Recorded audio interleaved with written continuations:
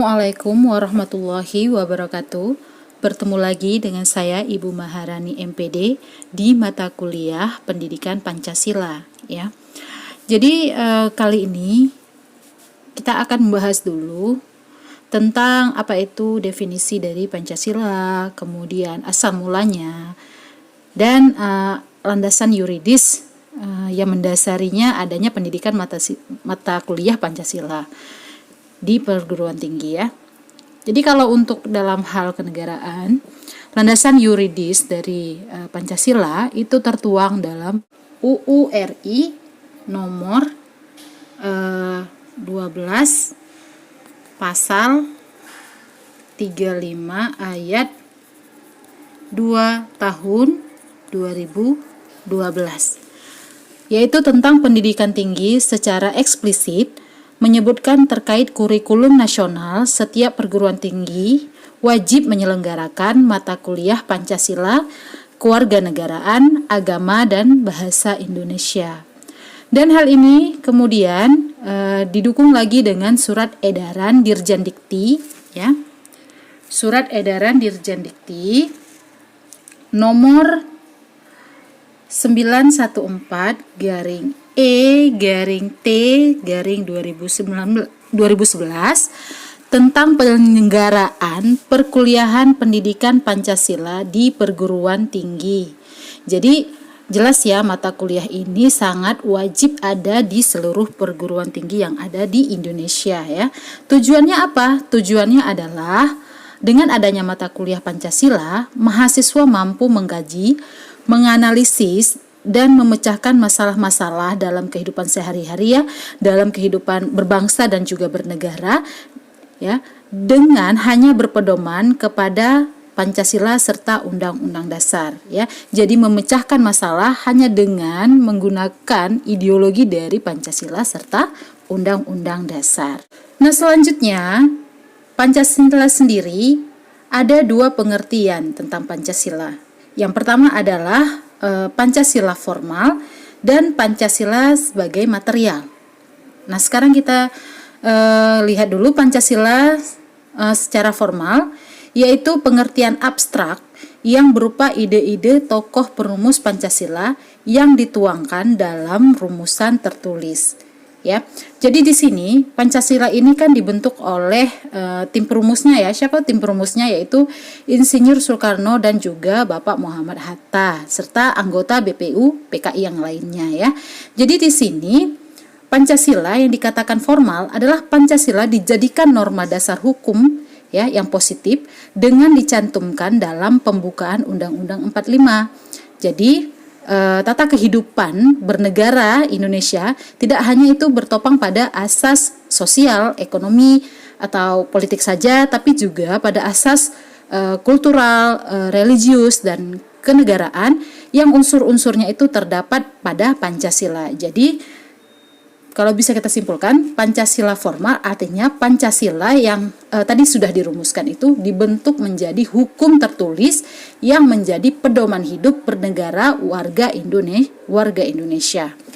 Kemudian yang selanjutnya adalah Pancasila material, yaitu nilai-nilai Pancasila yang hidup dan berkembang dalam sejarah peradaban, agama, hidup ketatanegaraan, dan lembaga sosial.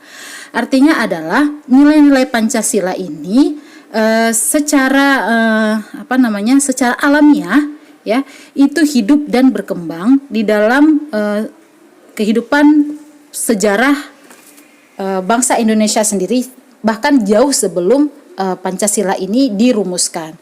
Jadi berdasarkan kebiasaan ya, kehidupan, nilai-nilai kehidupan yang ada di dalam masyarakat, itulah maka dibentuk Pancasila ya, berdasarkan itu.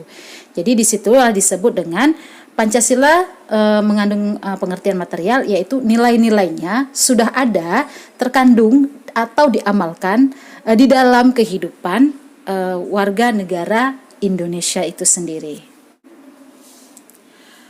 Baik, selanjutnya kita akan membahas tentang pengertian Pancasila secara etimologis ya. Panca itu artinya 5 ya. Kemudian sila artinya batu, sendi atau dasar ya. Sila itu juga berarti peraturan tingkah laku yang baik ya. Sementara secara pengertian secara historis, proses perumusan Pancasila diawali dalam sidang BPU PKI pertama, yaitu pada tanggal 29 Mei sampai 1 Juni 1945, dan sidang BPU PKI kedua yaitu 10 sampai 16 Juli 1945. Sementara pengertian secara terminologis, rumusan-rumusan Pancasila yang berbeda dalam sejarah ketatanegaraan Indonesia. Baik, selanjutnya pengertian asal mula Pancasila. Asal mula Pancasila itu terbagi dua, yaitu asal mula yang langsung dan asal mula yang tidak langsung ya. Kita bahas dulu yang pertama, asal mula yang langsung.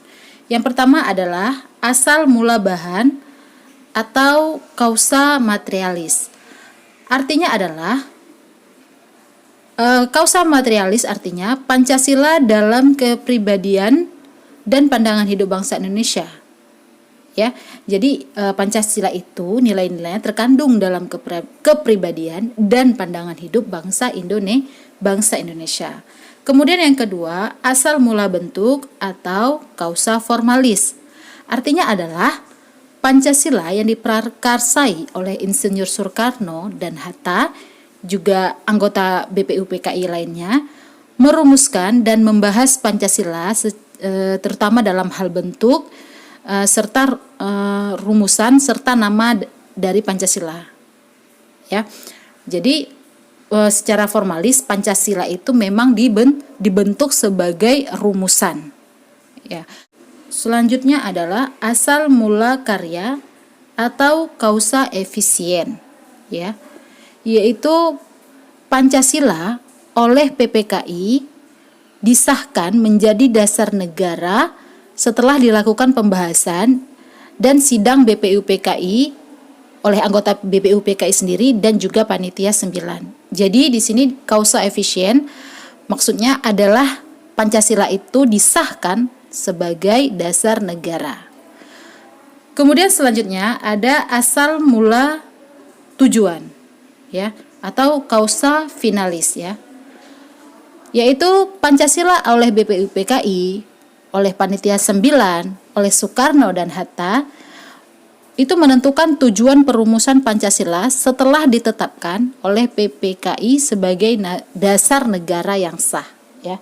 Jadi finalis artinya yang terakhir adalah setelah disahkan ya, itu kemudian PPKI beserta BPU PKI dan Soekarno Hatta merumuskan apa sih tujuan dasar dari perumusan Pancasila itu sendiri. Kemudian selanjutnya asal mula yang tidak langsung ya, itu berpancasila dalam triprakara ya. Kita ketahui bahwa nilai Pancasila itu sejak dulu sudah terdapat dalam kehidupan bangsa Indonesia ya. Jadi berdasar itulah Pancasila itu terbentuk. Jadi triprakara itu ada 3 jenis ya. Yang pertama adalah bahwa unsur Pancasila sebelum disahkan sebagai dasar filsafat negara, ternyata nilai Pancasila sudah dimiliki oleh bangsa Indonesia. Nah ini seperti adat istiadat dan juga kebudayaan maksudnya ya. Dan ini disebut dengan asas kebudayaan Pancasila. Kemudian yang kedua, asas-asas yang udah ada di kehidupan bangsa Indonesia yang kemudian diadopsi ke dalam Pancasila itu sendiri adalah asas keagamaan, yaitu di sini disebut dengan asas religius Pancasila. Dan yang ketiga adalah setelah Indonesia merdeka, rumusan Pancasila disahkan oleh PPKI sebagai filsafat negara dan terwujudlah Pancasila. Yang ini disebut dengan Asas kenegaraan Pancasila. Jadi, triprakara itu yaitu asas kebudayaan dan Pancasila. Kemudian yang kedua, asas religius Pancasila, dan yang ketiga adalah asas kenegaraan Pancasila. Baik, selanjutnya adalah kedudukan dan fungsi Pancasila. 1. Pancasila sebagai pandangan hidup bangsa. Yang kedua, Pancasila sebagai dasar negara. Ketiga, Pancasila sebagai ideologi bangsa dan negara.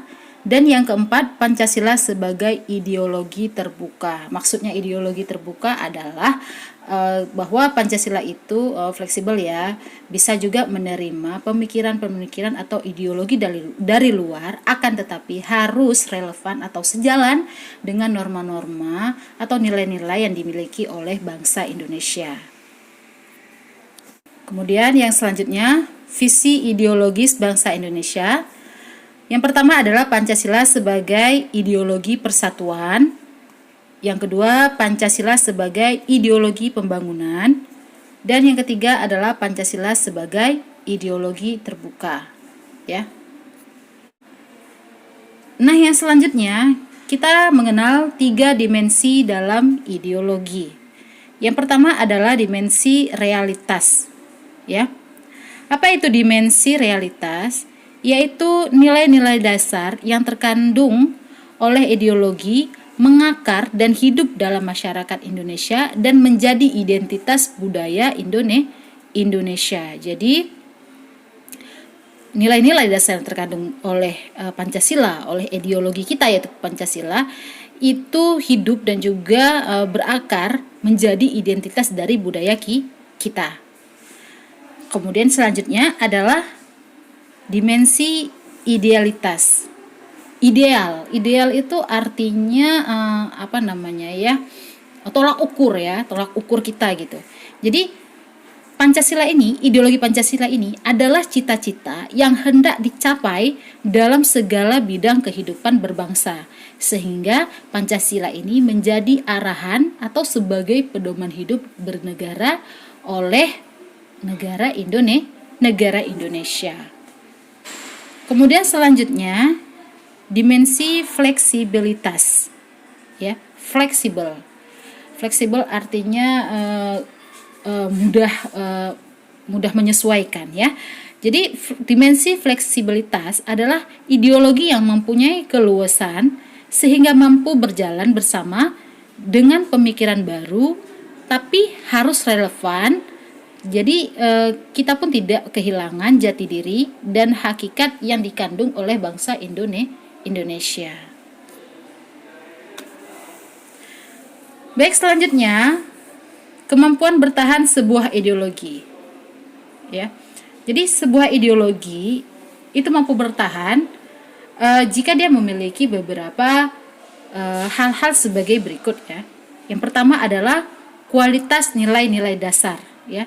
Nilai-nilai dasar tadi seperti apa? Seperti religiulitas, keagamaan, ya, kebudayaan, keadilan gitu, ya, dan lain sebagainya. Itu harus benar-benar dipegang teguh oleh masyarakat Indonesia, ya. Jadi kualitas nilai-nilai dasar itu harus ada dan dipegang teguh oleh masyarakat Indonesia. Kemudian yang kedua, persepsi, sikap, dan tingkah laku masyarakat terhadap ideologi. Nah, itu terkait dengan nilai-nilai dasar tadi, ya. Bagaimana kita mempertahankan ideologi kita agar Pancasila itu tetap bertahan dan tidak tergerus dengan ideologi-ideologi luar yang datang. Namun tidak menutup bahwa kita juga adalah bahwa Pancasila juga merupakan suatu ideologi yang terbuka, gitu, ya. Namun kita harus memiliki sikap dan tingkah laku yang mencerminkan Pancasila dan menjaga nilai-nilai dari Pancasila. Kemudian yang ketiga adalah kemampuan masyarakat mengembangkan pemikiran-pemikiran baru yang relevan tentang ideologi, ya, tentang Pancasila. Kemudian yang keempat, Seberapa jauh nilai-nilai dalam ideologi itu membudaya dan diamalkan dalam kehidupan sehari-hari. Nah, ini sangat penting ya. Jika kita ingin ideologi bangsa kita itu tetap terjaga, tetap utuh, maka kita harus mampu mengamalkan, mengimplementasikannya dalam kehidupan sehari-hari. Makanya kembali lagi pada tujuan awal dari pembelajaran atau mata kuliah Pancasila ini kepada mahasiswa adalah agar mahasiswa mampu menyelesaikan segala bentuk permasalahan dalam kehidupan berbangsa dan juga bernegara ya, berbangsa dan bernegara ya. Itu dengan berpedoman dengan ideologi kita yaitu Pancasila.